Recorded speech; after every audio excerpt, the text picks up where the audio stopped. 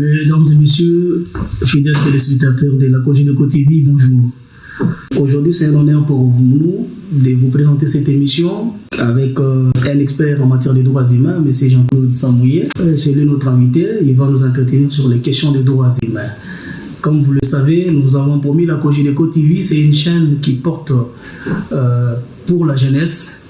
Et dans le cas d'espèce, il s'agit ici de communiquer la jeunesse sur les questions essentielles des droits humains. La jeunesse africaine, la jeunesse congolaise, mais aussi la jeunesse à travers le monde entier. Et aujourd'hui, nous avons ciblé ces sujets parce que ça touche essentiellement aux intérêts de la jeunesse. Il faut armer la jeunesse, il faut équiper la jeunesse, permettre à la jeunesse de pouvoir se prendre en charge, savoir défendre ses droits, les connaître davantage. Et c'est comme ça que nous avons jugé opportun de partager avec M. Jean-Claude Samouye. M. Jean-Claude Samouye, c'est un Français. Il fut président d'Amnesty International France. Il a un long parcours, un parcours enrichissant. Et je crois que grâce à son expérience, grâce à ses connaissances, la jeunesse africaine, la jeunesse congolaise va se retrouver sur un certain nombre d'inquiétudes de droits humains qu'elle pouvait avoir. Alors bonjour M. Jean-Claude Samouye. Bonjour de la vie. Nous sommes ravis de vous recevoir sur ce plateau. Nous sommes en direct de la Cogedeco TV. C'est une chaîne qui émet à partir de la République démocratique du Congo. Et nous avons ici l'honneur d'annoncer que vous allez vraiment être les bienvenus et vous allez communiquer au cœur de la jeunesse du monde entier, au cœur de la jeunesse africaine, au cœur de la jeunesse congolaise. Comment vous allez? Très bien, merci. Ok. Tout le monde attend parler de droits humains. Je crois que c'est une question, c'est un secret pour personne. Les droits humains aujourd'hui à travers le monde fait couler beaucoup d'encre et de salive. Et j'ai tantôt parlé d'Amnesty International, dont vous faites partie, en tant qu'un grand activiste, un grand militant. Pendant plus de 30 ans, vous êtes au sein de cette machine. La première question qui nous vient à l'esprit, l'Amnesty International base ses actions sur le droit international des droits humains. Pouvez-vous nous parler un tout petit peu de ces droits internationaux des droits humains? C'est quoi les droits humains? Les droits humains, c'est un droit international qui reconnaît à chaque être humain un certain nombre de droits, ce qu'on appelle les droits fondamentaux. Et ce droit international oblige les détenteurs de pouvoir, quels qu'ils soient, ça peut être les États, ça peut être des groupes non étatiques, mais ça peut être également des entreprises, oblige ces détenteurs de pouvoir de respecter ces droits humains. Et d'habitude, on les décompose en deux grandes catégories. Il y a d'abord les droits civils et politiques, c'est la liberté d'opinion, la liberté de religion, de ne pas avoir de religion, de changer de religion, la liberté de conscience, la liberté de manifester, la liberté d'expression, la liberté de participer à la vie de sa communauté ou de son pays. Et ça, c'est les droits civils et politiques. Et puis à côté, il y a le bloc des droits économiques, sociaux et culturels. On peut dire que ce sont les droits de la vie de tous les jours, mais ce sont des droits qui sont très très importants. C'est le droit à l'éducation, c'est le droit au meilleur état de santé possible, c'est le droit à un hébergement digne, c'est le droit au travail, c'est le droit au loisir, c'est le droit la possibilité le droit de se syndiquer pour faire valoir ses droits au travail. Donc cet ensemble de droits, les droits fondamentaux, irriguent le droit international des droits de l'homme. Et il y a trois principes qui sont très très importants en matière de droit international. Le premier principe, c'est l'universalité, c'est-à-dire que ces droits humains s'appliquent à tout le monde, quel que soit son sexe, son orientation sexuelle, la couleur de sa peau, son appartenance à une ethnie ou à un pays, ses revenus économiques, tout le monde, tous ces droits sont reconnus à tout le monde. Et il y a une phrase qui est très très belle dans la Déclaration universelle des droits de l'homme qui liste finalement ces droits, c'est l'article 1er qui dit « Tous les êtres humains naissent libres et égaux en droit et en dignité » et c'est ça qui sous-tend toute l'idée du droit international des droits humains. Alors le premier principe, universalité. Deuxième principe, c'est inaliénabilité, c'est-à-dire qu'on ne peut pas les enlever aux personnes, quelles que soient les circonstances. Et le troisième principe, j'en ai un petit peu parlé, c'est indivisibilité et interdépendance, c'est-à-dire que tous ces droits sont liés. On ne peut pas choisir, un État ne peut pas choisir de privilégier les droits économiques, sociaux et culturels au détriment des droits civils et politiques, ou le contraire. Tous ces droits sont indivisibles, on ne peut pas les séparer, on ne peut pas prôner la liberté d'expression si la personne n'a pas eu droit avant à la liberté à l'éducation, tout ce qui prouve bien que tous ces droits sont interdépendants les uns des autres. Ok, merci beaucoup. En tout cas, je crois que les amis, vous suivez correctement les explications de M. Jean-Claude Samouilé. Je m'en vais ici poser la deuxième question. Je vous ai entendu parler des droits fondamentaux qui obligent les détenteurs des pouvoirs. Qui dit détenteur des pouvoirs, peut-être la liaison est faite aux États, la liaison est faite au pouvoir, en quelque sorte, l'organisation du pouvoir. Et de ces points de vue, est-ce que vous pouvez nous parler brièvement des sources de ces droits, des droits humains, des droits internationaux des droits humains? D'où tirent-ils leurs sources? Alors, le droit international des droits humains, cette notion de droits humains est très ancienne. On peut la faire remonter moins 1750 avant Jésus-Christ, c'est le Code d'Hammurabi. Ça se passe en Mésopotamie et c'est la première fois où on voit écrit sur une stèle un certain nombre de règlements, un certain nombre de lois. Et c'est quelque chose qui est très très important. C'est une limite de fait à l'absolutisme royal. Hein, on sait, les gens savent qu'il y a un certain nombre de règles qui s'appliquent à tout le monde. Donc la première émergence finalement de l'idée d'un droit international, d'une justice internationale, d'une justice tout court d'ailleurs, c'est le Code d'Hammurabi. Et puis après, en moins 539, il y a le cylindre de Sirius. Donc ça c'est en Perse. Et là aussi, sur ce cylindre était écrit un certain nombre de droits, des limites à l'esclavage, l'égalité raciale, la liberté religieuse, donc à moins 539 avant Jésus-Christ. Et ce 6e siècle avant Jésus-Christ est quelque chose de très important. Il se passe beaucoup de choses en fait, concernant la justice et concernant les droits humains. À Athènes, par exemple, c'est l'émergence de la démocratie. Alors bien évidemment, c'est une démocratie partielle puisqu'elle ne concerne que les hommes libres et que les hommes et pas les femmes. Mais néanmoins, c'est une première démarche vers la démocratie, avec un texte, une pièce de théâtre de Sophocle, Antigone, qui parle du droit à la désobéissance civile. Et ça, c'est quelque chose qui est très important. Et en parallèle à ce qui se passe en Grèce, ce qui se passe à Athènes, il y a Confucius en Chine, il y a Bouddha en Inde qui prône le respect de l'autre, le respect de la vie, la bienveillance et la liberté. Et ça, c'est vraiment le 6e siècle avant Jésus-Christ. Et puis après, il y aura un texte qui est très important, c'est la charte de Mandé, donc en Afrique de l'Ouest, qui reconnaît la liberté, qui reconnaît l'égalité raciale, la liberté religieuse en Afrique. Et puis après, il y aura tout un tas de textes en Angleterre. C'est la Magna Carta en 1215, c'est le Bill of Rights en 1679, c'est l'Habeas Corpus en 1689, qui peu à peu limite l'absolutisme royal. Il reconnaît un certain nombre de concepts très très important en matière de justice, c'est la présomption d'innocence, c'est la limite des arrestations arbitraires et c'est la diminution de l'absolutisme royal. Et puis après, on arrive dans une période plus récente, c'est la déclaration d'indépendance des États-Unis en 1776 qui reconnaît des droits naturels et fondamentaux à tous les citoyens, à toutes les personnes qui sont tirées directement du siècle des Lumières, de Montesquieu en particulier, en France, et puis ça va être 1789 avec la déclaration des droits de l'homme et du citoyen de la République française, égalité, liberté, fraternité, et c'est le premier texte en droit international des droits humains qui a une portée universelle. Tous les hommes naissent, etc., etc., etc. Donc c'est le premier texte à vocation internationale.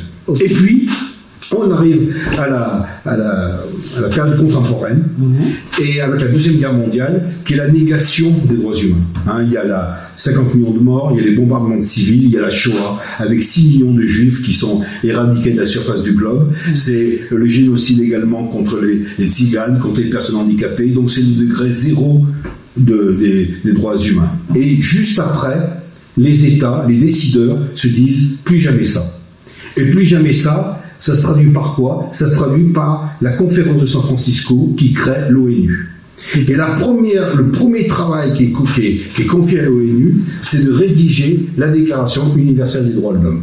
Et cette Déclaration universelle des droits de l'homme, elle va être proclamée à Paris en 1948. Et ça, c'est la première partie. Aujourd'hui, le droit international des droits humains, si on peut dire, se décompose en 2 grandes branches. Il y a le droit international des droits de l'homme proprement dit, avec la Déclaration universelle des droits de l'homme, qui est qu'une déclaration, qui n'a aucune force contraignante. Il va falloir attendre 1966 avec le pacte, d'une part, civil et politique, et le deuxième pacte des droits économiques, sociaux et culturels, pour qu'ils deviennent contraignants. Et il faudra attendre en réalité 1976 pour qu'il y ait suffisamment d'États qui aient ratifié ces pactes pour qu'ils deviennent réellement contraignants en droit. Okay. Et puis il y a tout un tas de conventions qui vont préciser tout ce qui est inscrit dans la Déclaration universelle des droits de l'homme. C'est la Convention pour les réfugiés, c'est la Convention des droits de l'enfant, c'est le traité contre la torture, c'est le traité contre les disparitions forcées, mais tous ces traités vont venir compléter cette Déclaration universelle des droits de l'homme. Et puis il y a également des textes régionaux. Tous les textes de l'ONU, on peut dire que c'est des textes internationaux, mais également des textes régionaux. C'est la Convention européenne des droits de l'homme de 1950, c'est la Convention américaine des droits de l'homme de 1969, et c'est la Charte africaine des droits de l'homme et des peuples de 1981. Ça, c'est les textes régionaux. Et puis, il y a les textes nationaux, et dans nombre de constitutions des pays sont rappelés les principes généraux et les principes des droits fondamentaux qu'on a pu observer dans la Déclaration universelle des droits de l'homme. Et puis ça, c'est la première branche. Et puis la deuxième branche, c'est le droit international humanitaire, c'est le droit de la guerre. Puisque même en cas de guerre, il y a des règles à respecter, notamment protéger les non-combattants, que ce soit les prisonniers de guerre d'une part, mais surtout que ce soit les populations civiles. On ne peut pas faire n'importe quoi. Et ce droit de la guerre, c'est les 4 conventions de Genève de 1949. Merci beaucoup, M. Jean-Claude Samouillet. Je crois que nous sommes en train de vous suivre attentivement et les téléspectateurs comprennent que l'histoire des droits humains remonte des nuits des temps. Et nous avons suivi comment est-ce que on est parti des codes d'Hammurabique en Mésopotamie jusqu'à la Déclaration universelle des droits de l'homme, en passant par les différentes péripéties qui, au niveau régional, au niveau international, au niveau même national pour chaque État. Aujourd'hui, nous nous sommes rendus compte que les droits humains, ou le droit de l'homme en quelque sorte, prennent racine dans les textes fondateurs. Et ce sont ces textes-là qui doivent être d'application, qui appellent au respect par tous. Qui dit respect par tous, je crois que nous pouvons faire un petit exercice et une petite gymnastique pour comprendre que le respect des textes, pour que les textes soient contraignants, il faut des mécanismes, il faut des corps qui puissent assurer évidemment la contrainte, qui puissent assurer ce respect contre tous. La question qui nous vient à l'esprit, M. Jean-Claude Samouillet, est-ce que jusqu'au jour d'aujourd'hui, existe-t-il des mécanismes ou des institutions qui veillent au respect des droits humains, que ce soit au niveau international, parce que nous parlons de l'ONU, des Nations Unies, que ce soit au niveau régional, que ce soit au niveau locaux ou nationaux des pays? Existe-t-il des mécanismes et des institutions propres pour assurer le respect? Alors je dirais que, pour répondre à cette question, je dirais qu'il y a deux sortes de contrôle finalement du respect des droits humains. C'est d'abord un certain nombre de mécanismes, comme vous le citez, des mécanismes internationaux, régionaux ou nationaux, et puis également tout un système judiciaire. Alors si on prend le premier point sur les mécanismes, il y a les mécanismes de l'ONU. L'ONU, donc il y a le Conseil des droits de l'homme de l'ONU qui, à tour de rôle, examine, avec toute la communauté internationale, examine la situation des droits humains des différents pays. C'est ce qu'on appelle l'examen périodique universel. Donc à tour de rôle, il y a une dizaine de pays chaque année qui sont soumis à un certain nombre de contrôles pour savoir si les droits humains sont bien respectés, et par rapport au dernier contrôle, par rapport au dernier examen, savoir si les choses ont évolué ou pas. Donc ça, c'est le Conseil des droits de l'homme de l'ONU. Okay. Ensuite, il y a le Haut Commissariat aux droits de l'homme, dont la vocation est de répandre cette notion de droits humains un petit peu partout dans le monde, mais qui fait également des missions sur place. Moi, je me souviens très bien, en 2022, la mission de Michel Bachelet, qui à l'époque était haut commissaire aux droits de l'homme, qui avait été faire un rapport, qui avait été faire un séjour dans le Xinjiang, en Chine, pour voir la situation des Ouïghours, et son rapport avait été retentissant en disant que c'était une situation de crime contre l'humanité envers la minorité ouïghour en Chine. Et puis il y a également les comités de l'ONU. Alors tout à l'heure j'ai parlé d'un certain nombre de conventions internationales ou de traités internationaux de l'ONU. Certains en tout cas de ces traités ou de ces conventions ont un comité qui est chargé de voir si la convention dont ils dépendent est bien rentrée en application chez tous les pays signataires de cette convention.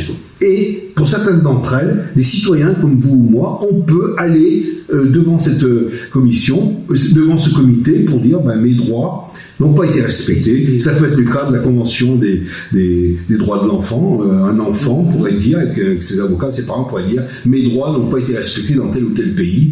Et voilà. Et puis après, il y a les mécanismes régionaux qui dépendent, qui sont un peu organisés comme les mécanismes internationaux de l'ONU. Et puis il y a les mécanismes nationaux, et ce qu'on appelle les INDH, donc les institutions nationales des droits humains. Et dans chaque pays, il y a une INDH. En France, on a par exemple la Cour nationale le comité national, la commission nationale consultative des droits humains, auquel je faisais partie une époque en représentant Amnesty dans cette commission, et qui est chargée d'une part de veiller à l'application des droits humains, le respect des droits humains dans le pays, mais qui est également chargée de vérifier l'application des traités internationaux signés et ratifiés par la France, s'ils sont bien appliqués effectivement dans la vie française. Et puis il y a tout un tas, en particulier en France, il y a tout un tas d'autorités administratives indépendantes qui sont chargées de veiller. Par exemple, chez nous, en France, il y a la défenseur des droits, auquel on peut porter réclamation si on estime que nos droits sont bafoués. Il y a le défenseur des droits de l'enfant, il y a la haute contrôleur générale des lieux de privation de liberté qui analyse de savoir si dans les prisons ou dans les asiles psychiatriques les droits des personnes sont bien respectés. Donc ça, ce sont des organismes nationaux. Donc on vient de voir des mécanismes de l'ONU, des mécanismes régionaux et des mécanismes nationaux. Ça, c'est le premier pilier, si on peut dire. Puis le deuxième pilier, c'est le système judiciaire international, avec la Cour internationale de justice, qui est chargée de régler les litiges entre États. Et on se souvient de l'Afrique du Sud, qui a ouvert un contentieux devant la Cour internationale de justice par rapport à Israël, par rapport au génocide qui se passe à Gaza. On a également des cours... Il y a aussi le cas de la RDC avec l'Ouganda. Effectivement. Et aujourd'hui... Effectivement. Il y a des cours régionales, la Cour européenne des droits humains, la Cour africaine des droits humains et des peuples. Donc c'est un peu le même mécanisme, mais au niveau régional. Et puis il y a le système judiciaire pénal international. Donc là, on ne s'adresse plus de pays à pays, mais on s'adresse aux personnes qui sont responsables des crimes majeurs. Et c'est la compétence universelle qui est démise. Alors voilà, donc ces crimes majeurs, c'est le crime d'agression, la Russie contre l'Ukraine, c'est les crimes de guerre, violation des conventions de Genève, c'est le crime contre l'humanité, quand les civils sont pris pour cible, et puis c'est le crime de génocide, quand il y a l'intention de vouloir éradiquer de la surface du globe une communauté ou la partie d'une communauté. Et donc ce système judiciaire pénal international, c'est d'abord, il travaille par principe de subsidiarité. Justement. Alors, le premier responsable, celui qui doit juger les auteurs présumés des crimes majeurs, c'est les juridictions de l'État sur lequel ils sont commises. Mais souvent, l'État ne peut pas ou ne veut pas juger les criminels en droit international. Donc, dans ce cas-là, il y a un deuxième mécanisme qui arrive qui prend en exergue, c'est la compétence universelle. C'est-à-dire que la communauté internationale, chaque État de la communauté internationale a le droit, mais je dirais même le devoir, de juger les auteurs présumés coupables des crimes majeurs, même si ce n'est pas pour lutter efficacement contre l'impunité. Et puis, si ça ne fonctionne pas encore, à ce moment-là, il y a la Cour pénale internationale qui est là pour traiter les crimes des dirigeants, des hauts responsables de ces crimes. C'est la Cour pénale internationale qui a été créée par le traité de Rome en 1998. Voilà ce système juridique pénal international pour lutter contre l'humanité, parce que il n'existait autrefois, je m'excuse, autrefois avant 1998, il y avait des tribunaux internationaux, mais ad hoc. Il y avait le tribunal pour juger les crimes des Khmers rouges, et il y avait pour Nuremberg, ça commençait par Nuremberg d'ailleurs. Voilà. Et puis après, il y a eu un tribunal international pour le Rwanda, il y a eu un tribunal international pour la Sierra Leone, il y a eu un international pour l'ex-Yougoslavie, mais on s'est dit, la communauté internationale s'est dit, il faudrait un tribunal permanent qui traite de tous les crimes partout dans le monde. Monsieur Jean-Claude, je dois bondir sur une question, puisque dans le développement que vous faites dans votre réponse, on se rend compte qu'il existe une panoplie de mécanismes, il existe une panoplie d'institutions, il existe aussi un système judiciaire même pour renforcer le respect dû aux droits de l'homme ou aux droits humains. Mais la question qui me vient, c'est une question qui touche maintenant à l'efficience ou à l'efficacité des sanctions qui sont prises par ces institutions ou qui sont prévues par ces mécanismes. Est-ce que, c'est vrai, on a cité comme ça là beaucoup de cas. Je vous ai entendu parler du cas de la Yougoslavie, qui pour les personnes, je vous ai entendu parler aussi des cas de certains États qui s'est rentrés dans des guerres, qui s'est rentrés dans les conflits. Mais est-ce que les sanctions que ces institutions ou ces cours ont prises ont-elles été efficaces? Ont réellement répondu aux attentes des uns et des autres ou de l'humanité par rapport au respect des droits humains? Parce qu'il y a une question est de prévoir les sanctions, mais une question est d'assurer que ces sanctions répondent aux attentes, atteignent leurs objectifs. Et dans le cas d'espèce, lorsqu'il y a une sanction prononcée, elle doit être exécutée. Est-ce que vous pouvez, selon votre connaissance, pouvez connaître quelques cas où les sanctions ont-elles été prononcées et lesquelles sanctions ont été exécutées en bonne et due forme, ont produit les effets? Si oui, vous pouvez nous en citer ces cas, mais s'il n'en existe pas un, qu'est-ce qui fait que ces sanctions ne soient-elles pas efficaces? Alors, le droit en général, la justice en général est très lente. Mais c'est particulièrement le cas pour la justice internationale et les droits humains. Donc c'est une justice qui est très lente. La deuxième chose, c'est que c'est une justice de bonne volonté. C'est-à-dire que ce sont les États eux-mêmes qui disent qu'ils vont accepter les décisions de justice et remédier si ces décisions leur imposent quelque chose. Mais si un État ne veut pas appliquer ces décisions de justice, si la Russie ne veut pas appliquer les décisions qui ont été prises en son encontre par la Cour internationale de justice par rapport à l'Ukraine, il n'y a aucune police internationale qui peut l'obliger à le faire. Donc c'est une justice de bonne volonté. Et cette police internationale qui manque, c'est d'autant plus vrai aujourd'hui avec un conseil de sécurité de l'ONU tel qu'il est organisé, avec ses membres permanents du Conseil de sécurité, qui ont un droit de veto. Et on se rend compte que ce droit de veto qui a été confié à 5 États, c'est la Chine, c'est les États-Unis, c'est la Russie, c'est la France et c'est l'Angleterre, ces 5 États disposent d'un droit de veto, et contrairement à ce qui était prévu à l'origine, ce droit de veto n'est pas là pour maintenir la paix dans le monde et maintenir le respect de la dignité des droits fondamentaux des personnes dans le monde, mais est là pour couvrir les exactions qui sont commises dans leur zone d'influence. On le voit avec la Russie qui met son veto pour tout ce qui concerne l'Ukraine, on le voit avec les États-Unis qui mettent leur veto pour tout ce qui concerne Israël. Donc c'est dévier le projet initial du Conseil de sécurité de l'ONU. Donc c'est une justice internationale qui est très lente. C'est une justice de bonne volonté et c'est une justice qui est appliquée, qui tient compte des rapports de force géopolitiques. Mais déjà là, déjà là dans votre réponse, moi je vais même vous couper la parole, excusez-moi. On a comme l'impression qu'il y a des petits soucis, il y a des petites inquiétudes. Parce que vous relevez déjà des imperfections quant à l'applicabilité de ces mesures judiciaires, aussi même vous voulez des décisions judiciaires, dans la mesure où cette justice se heurte contre, évidemment, le principe du volontariat ou de la volonté que vous avez développé les États pour que chaque État accepte que les mesures ou les décisions qui sont prises par la justice internationale lui soient appliquées. Ça va poser problème. Il ne peut évoquer sa propre turpitude. Alors, est-ce que ce n'est pas là une façon de faire un aveu d'impuissance pour dire, écoutez, les Nations Unies, l'ONU, a échoué dans ses missions. Parce que le monde entier avait confié à cette organisation importante la mission notamment de protéger, de sécuriser, d'assurer les limitations des actions des uns des autres, ou même, si vous voulez, des États, de leur caractère purement, si vous voulez, déviationniste, n'est-ce pas, des valeurs et des principes.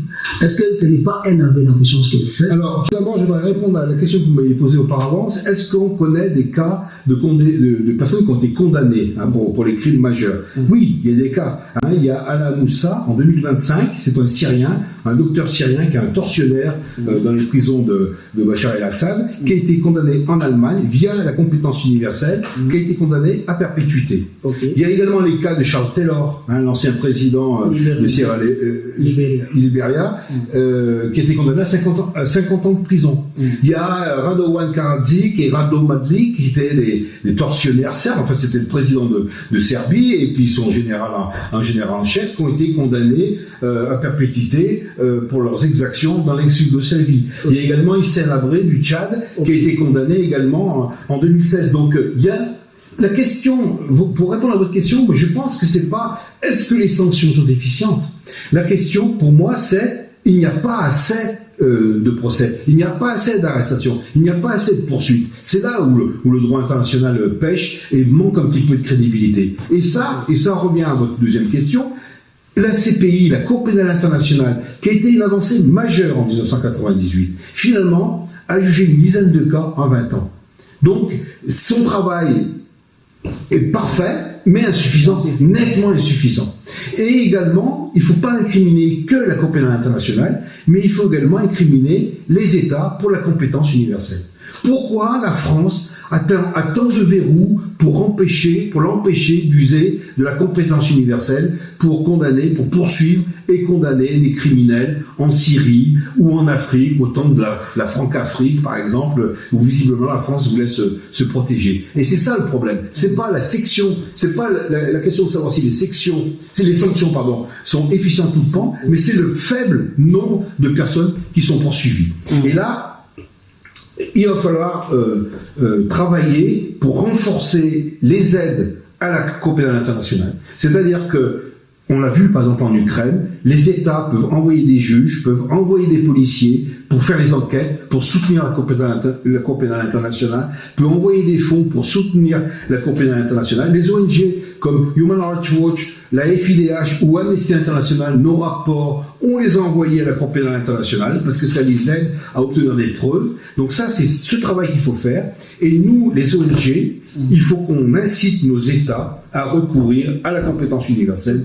Parce que l'impunité, c'est d'abord la lutte contre l'impunité, c'est d'abord rendre justice aux victimes et aux proches des victimes, mais finalement à l'humanité tout entière. Et ça empêche peut-être certaines exactions dans le futur. Quand les personnes ne sont pas condamnées, ça incite les autres à faire la même chose. Et donc c'est quelque chose qui est terriblement important. Je pense que, mesdames et messieurs, fidèles téléspectateurs, nous sommes en train tout doucement de cheminer vers la fin de notre mission, de notre entretien avec M. Jean-Claude Samouillet. Vous suivez comment il est en train de se déchaîner sur les questions des droits humains. Ce sont des questions importantes, excusez-moi, des questions qui concernent aussi bien l'humanité tout entière. Et là, nous avons comme l'impression qu'il se dégage un certain nombre d'imperfections.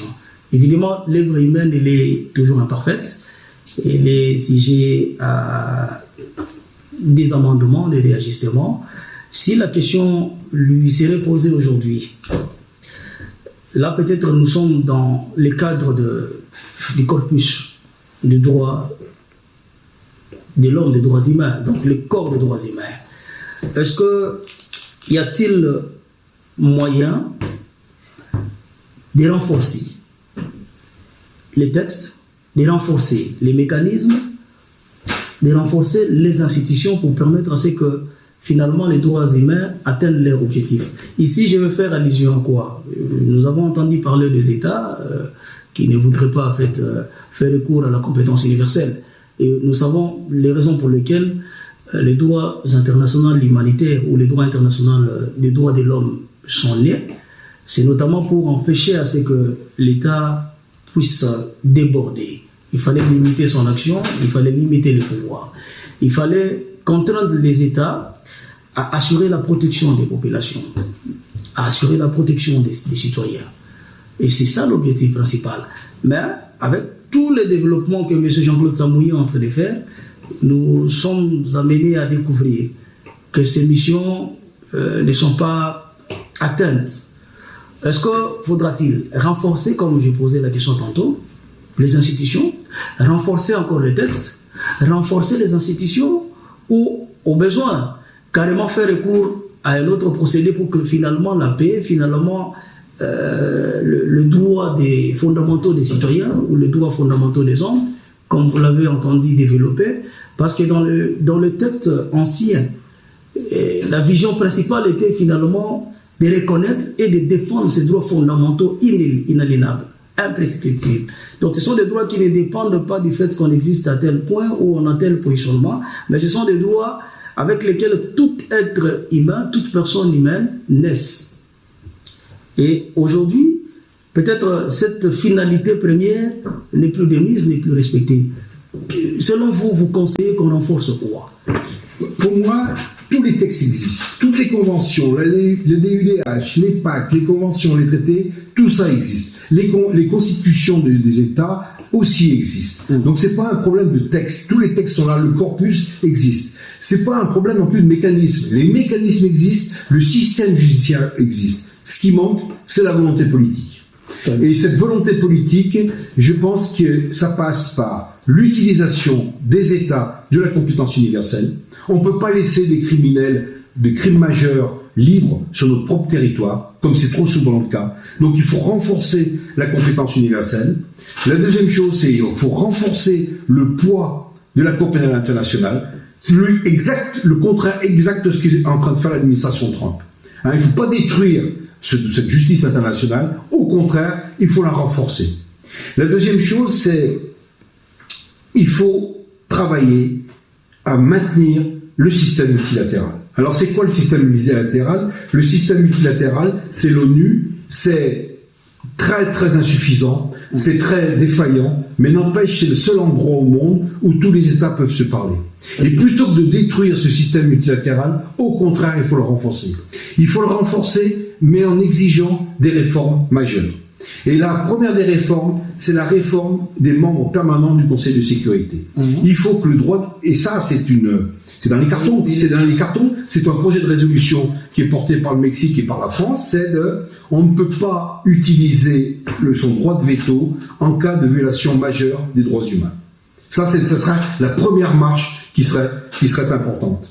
La deuxième, c'est que dans ces membres permanents du Conseil de sécurité, il faut l'élargir. Aujourd'hui, à part la Chine, ce sont les vainqueurs de la Deuxième Guerre mondiale, il y a 80 ans. Il faut élargir ces membres permanents à des représentants d'Afrique, à des représentants d'Amérique latine, à des représentants de l'Inde, par exemple, ou du Brésil, des pays qui sont très peuplés et qui, aujourd'hui, n'ont pas voix au chapitre. Et ça, c'est le deuxième point majeur. Et le troisième point majeur qu'il faudrait, c'est un système de sanctions automatiques en cas de violation, au cas où un pays ne respecte pas les décisions de la justice internationale ou les résolutions de l'Assemblée générale des Nations Unies. Il faudrait un système de sanctions automatiques pour que ces États soient obligés de respecter les décisions qui sont prises à leur encontre. Donc pour résumer, tout existe, les lois existent, les mécanismes et le système judiciaire existent, il manque que la volonté politique, et c'est à la société civile de faire pression sur les gouvernements pour que cette volonté politique voit le jour. Merci beaucoup, M. Jean-Claude. Une toute petite question, dernière question. Si je ne la posais pas, peut-être je pécherai contre un principe fondamental que je tire de l'article 1 de la Déclaration universelle des droits de l'homme. Et selon cet article, les hommes naissent libres et égaux devant la loi. Il y a notamment le principe de l'égalité qui est mis en exergue, l'égalité entre êtres humains. Est-ce que ces principes aujourd'hui, nous pouvons dire qu'il est observé dans les rapports entre les États du monde. Parce qu'évidemment, nous avons dit, les Nations Unies qui regorgent ou qui regroupent plus de 195 États du monde avaient pour mission, c'est les constituer comme notre mère nourricière, si vous voulez. Les Nations Unies avaient l'obligation, par exemple, de traiter les États sur le même pied, d'assurer que ces principes d'égalité aient de strictes observations, de strict respect. Parce que ces principes, selon vous, parce que vous êtes vraiment un ancien d'Amnesty, et je vois Amnesty en train de se battre, de se déployer à travers le monde entier, et là les efforts se conjuguent pour que Amnesty atteigne le coin où elle n'a jamais été visible, le cas notamment d'un certain nombre de pays africains. Alors, je crois, en tant que tel, vous avez à palper certaines situations de vos droits pour vous rendre compte que le principe d'égalité n'est pas respecté. Et les gens qui nous entendent, les fidèles téléspectateurs qui nous suivent, auront besoin de savoir si cette égalité n'est pas remise, qu'est-ce qui fait que ça ne soit pas respecté? Est-ce que c'est quelque chose de mental ou c'est quelque chose qui s'est fait à dessein, encouragé par des positionnements ou des calculs dominants-dominés à travers le monde entier? Ah ben c'est clairement le cas. Hein. C'est la géopolitique aujourd'hui est issue de l'époque coloniale. Ça, qu'on le veuille ou qu'on ne le veuille pas, c'est dominant qui est toujours à la base des relations internationales. L'ONU était justement là pour aller à l'envers de cette tendance. Un pays, une voix, c'était déjà une marque d'égalité. Mais je viens de parler, enfin il y a quelques temps, je viens de parler des membres permanents du Conseil de sécurité. Clairement, c'est discriminatoire par rapport aux autres. Pourquoi donner un pouvoir énorme à 5 pays alors que les 190 autres, finalement, sont soumis à ces diktats? Donc, effectivement, aujourd'hui, il faut vraiment qu'on lutte pour l'égalité de tous les pays, pour décoloniser, en fait. Parce que une époque, il y a eu la colonisation, à l'époque de 1948, à l'époque de la Déclaration universelle des droits de l'homme, on était en pleine colonisation. Exactement. Il y avait 50 États à l'ONU. Aujourd'hui, il y en a 195, mais il y avait 50 États à l'ONU. Et l'Inde n'était pas encore... enfin, ça s'est passé en 1948, la décolonisation de l'Inde. Mais l'Afrique, si on parle du cas de l'Afrique francophone, la décolonisation a eu lieu qu'après, et c'est terminé avec l'Algérie dans les années 60. Donc il y a eu un long chemin qui a été fait vers la décolonisation formelle. Mais est-ce qu'aujourd'hui, il n'y a pas une néocolonisation qui fait que les relations dominant-dominé existent toujours? Donc ça, c'est notre travail. Il faut vraiment lutter contre. Et puis, il y a les inégalités et les discriminations à l'intérieur de chacun de ces pays. C'est-à-dire qu'il faut lutter pour l'égalité des pays entre eux et l'égalité à l'intérieur de chacun de ces pays. Donc le travail contre le racisme, contre le patriarcat, contre la néocolonisation, contre les discriminations quelles qu'elles soient, il n'est pas fini, loin de là. C'est un travail qui doit continuer. Merci beaucoup, nous sommes arrivés presque à la fin, mais nous voulons donner la parole à M. Jean-Claude Sambouillet pour un dernier mot, mais surtout, nous allons demander à ce qu'il puisse s'adresser à la jeunesse, parce qu'aujourd'hui la jeunesse elle est la force du monde. Je crois qu'en Afrique, s'il faut parler en termes de force, la jeunesse représente une force importante. Malheureusement, dans la pratique, on se rend compte que cette jeunesse n'est pas équipée, n'est pas informée suffisamment sur le rôle qu'elle doit jouer. Et l'exercice que nous venons de faire avec vous, c'est finalement pour permettre évidemment à cette jeunesse de comprendre que elle a un certain nombre de droits et qu'elle est de ses points de vue appelée à défendre, de ses points de vue appelés à protéger. C'est vrai, on peut attendre des mécanismes qui viennent de par-ci par-là, mais l'on peut soi-même être aussi artisan et défenseur de son droit. Quel est le dernier mot ou le dernier message que vous avez à lancer à l'endroit de la jeunesse? Je parle bien de la jeunesse du monde, mais particulièrement, essentiellement, la jeunesse africaine, la jeunesse congolaise, au regard surtout des missions que vous êtes en train de mener dans le cadre d'Amnesty International. Moi, je pense que la défense des droits humains et de la dignité humaine, c'est pas qu'une question de mécanismes internationaux, c'est pas qu'une question de droit international, c'est pas qu'une question de contentieux, mais c'est vraiment en chacun de nous que ça existe. Et je crois que le continent africain est un continent qui est très jeune. Et je crois que la jeunesse africaine va arriver au pouvoir, va prendre les choses en main, dans les années qui viennent. Et si vous, jeunes gens, vous avez en tête le respect des droits humains, le respect des droits des femmes, le respect des droits des minorités, le respect de la liberté de conscience, de la liberté de religion, si déjà vous avez ça en tête, eh bien on va dans la bonne direction, il ne restera plus qu'à mettre les choses en place. Mais déjà, il faut vraiment avoir en tête cette importance du respect des droits humains partout dans le monde, et en Afrique en particulier, qui est un continent qui malheureusement subit les plus grandes persécutions aujourd'hui. Merci beaucoup. On en est fini. Je crois que c'est ici que nous mettons un point à cet entretien exclusif que nous avons accordé à M. Jean-Claude Samouye, président sortant d'Amnesty International France. Et nous avons compris que c'est un monsieur qui incarne la sagesse, qui incarne l'intelligence et qui incarne toute une bibliothèque vivante. Excusez-moi de vous le dire, je dois vous complimenter. Parce que ce que vous avez communiqué fait partie de la haute sagesse, n'est-ce pas, pour le bien de l'humanité. Et aujourd'hui, vous avez dit, quand je vous ai entendu parler, vous avez parlé du Code d'Amoramique, où vous parlez qu'il y avait la base, il y avait la sagesse qui était prônée. Et vous-même, vous en êtes un exemple patent. Parce que tout ce que vous avez développé, on ressort l'élément sagesse dedans. Et nous en sommes très flattés. La jeunesse africaine, la jeunesse congolaise, la jeunesse à travers le monde entier, voilà des exemples à suivre, voilà des modèles à suivre.